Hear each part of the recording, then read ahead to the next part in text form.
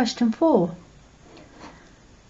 A particle P of mass 0.5 kilograms, so let's mark that weight force on there, 0.5 times gravity, is at rest on a rough plane, so that means there's friction here, so I'm just going to write mu there. It doesn't tell us yet, it says inclined to the horizontal at 30 degrees, that's on the diagram, but it doesn't tell us yet which direction P is moving in. So as friction always acts in the opposite direction to the direction of motion, we can't really mark that on yet. So I'll just underline that for now. The particle is held in equilibrium by a force of magnitude 8 newtons acting at an angle of 40 degrees to the plane as shown in figure 2. As it's held in equilibrium, then using F equals ma, acceleration will be equal to 0, so F will be equal to 0. The line of action of the force lies in the vertical plane containing P and the line of greatest slope to the plane. All that really means is that if these two pencils represent the two lines of the ground and the slope, then if you turned it round like that, they would lie in the same plane. So that's just for completeness of the question. The coefficient of friction between P and the plane is mu. I've already written that. Given that P is on the point of sliding up the plane, so now we're told that it's sliding up the plane, we know that friction is acting down the plane, so I'm going to mark that on.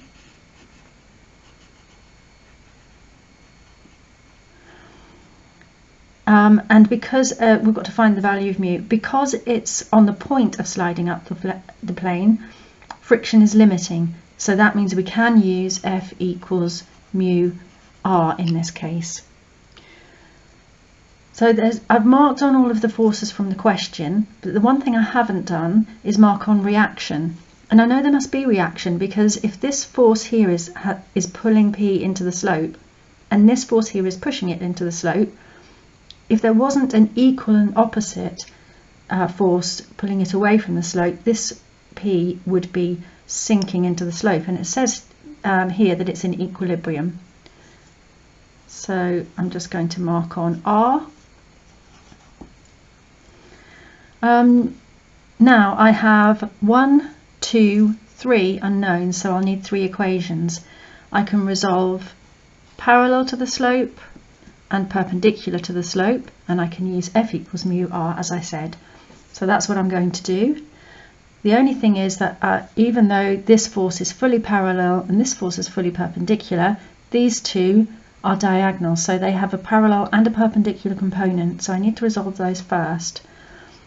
I'm going to do that by drawing a perpendicular line first of all from here to represent the perpendicular component, and then I'm going to draw a line parallel to the slope, so that's at right angles here.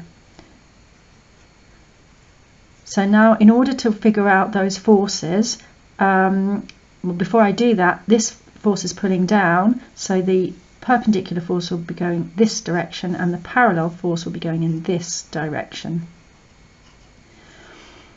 So to write the values of those components, I need to have an angle in the triangle. This angle is 30 degrees. This triangle is a right angle, so this one's 60. This is a right angle, so that one's 30. So the side opposite the angle here is, and I'm going to put this over here so it doesn't clutter the diagram, 0.5 g, the force, multiplied by sine of 30, the angle. And this force here is 0.5 g cos 30 because it's adjacent to the angle. So this 8 Newton force over here, I can draw the triangle over this side or over this side, but I've already got R there. Friction doesn't really get in the way of it as much, so I'm going to draw the force over this side. I'll just make that line a little bit longer.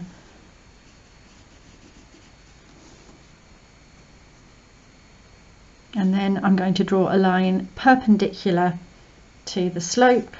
You can see the angle's right 90 degrees there. So this force is pushing into and up the slope, so into and up the slope of its components.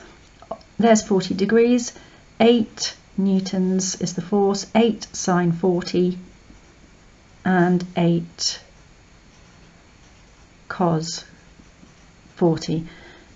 Now I have everything marked on. There is a lot there, so I'm just going to take a coloured pen, which I would recommend you take into any exam that you do, a couple of coloured pens, and I'm going to mark on my perpendicular forces and my parallel forces.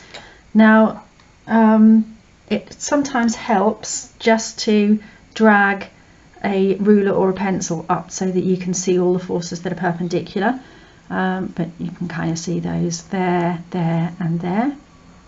And with the parallel forces in a different colour, here, a separate one here, and then one here. So now I won't miss out any forces. Making the equations now is going to be really easy, because if I resolve perpendicular to the plane, I have one force going that direction and two forces now, because I've got the arrows marked on. I can see that easily that they go in that direction. So R equals 8 sine 40 plus 0.5 G cos 30. Now lots of people are inclined to forget the G, so if that is U, maybe underline those G's there before you go ahead with the question.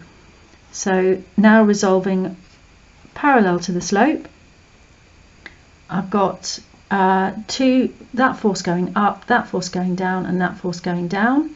So I'll do the downward forces first.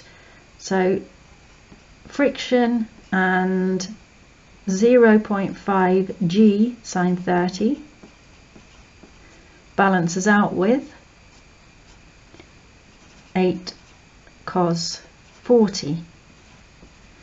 So those two have the G in and those two don't. Now I can use F equals mu R, so really I want to just rearrange that. So friction equals 8 cos 40 minus 0.5 G sine 30.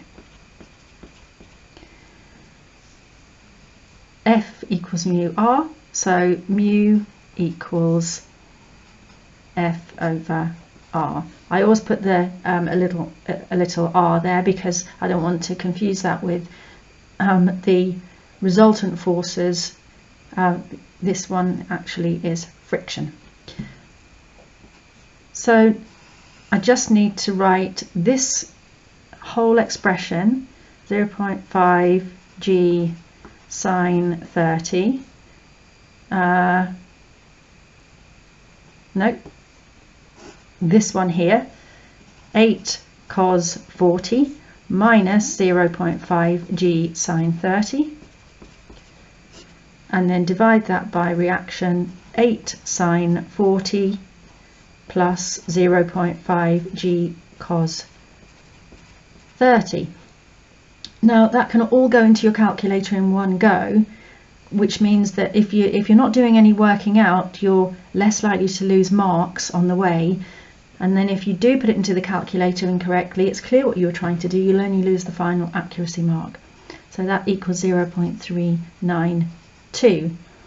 Now, talking about marks, let's go through the mark scheme. So there's a method mark for writing out an equation resolving perpendicular to the slope, with all terms included. So you might have made some mistakes, but if it's clear that you set up the equation to resolve perpendicular, you get that method mark. 2 accuracy marks, 2 for fully correct, and a mark deducted for each mistake. So if you get 2 or more mistakes, you don't get any of those accuracy marks. Again, for either of these equations, 1 method mark, and again 2 accuracy marks for the same reason.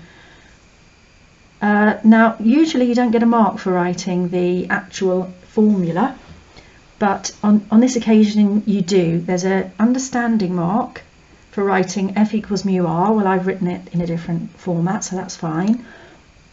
And then a dm1. So that is a dependent method mark, and it's dependent on you having these two. So if you show no working out for these two and it's not clear where these have come from, you won't get this method mark, you'll lose that. And then an accuracy mark for the final answer.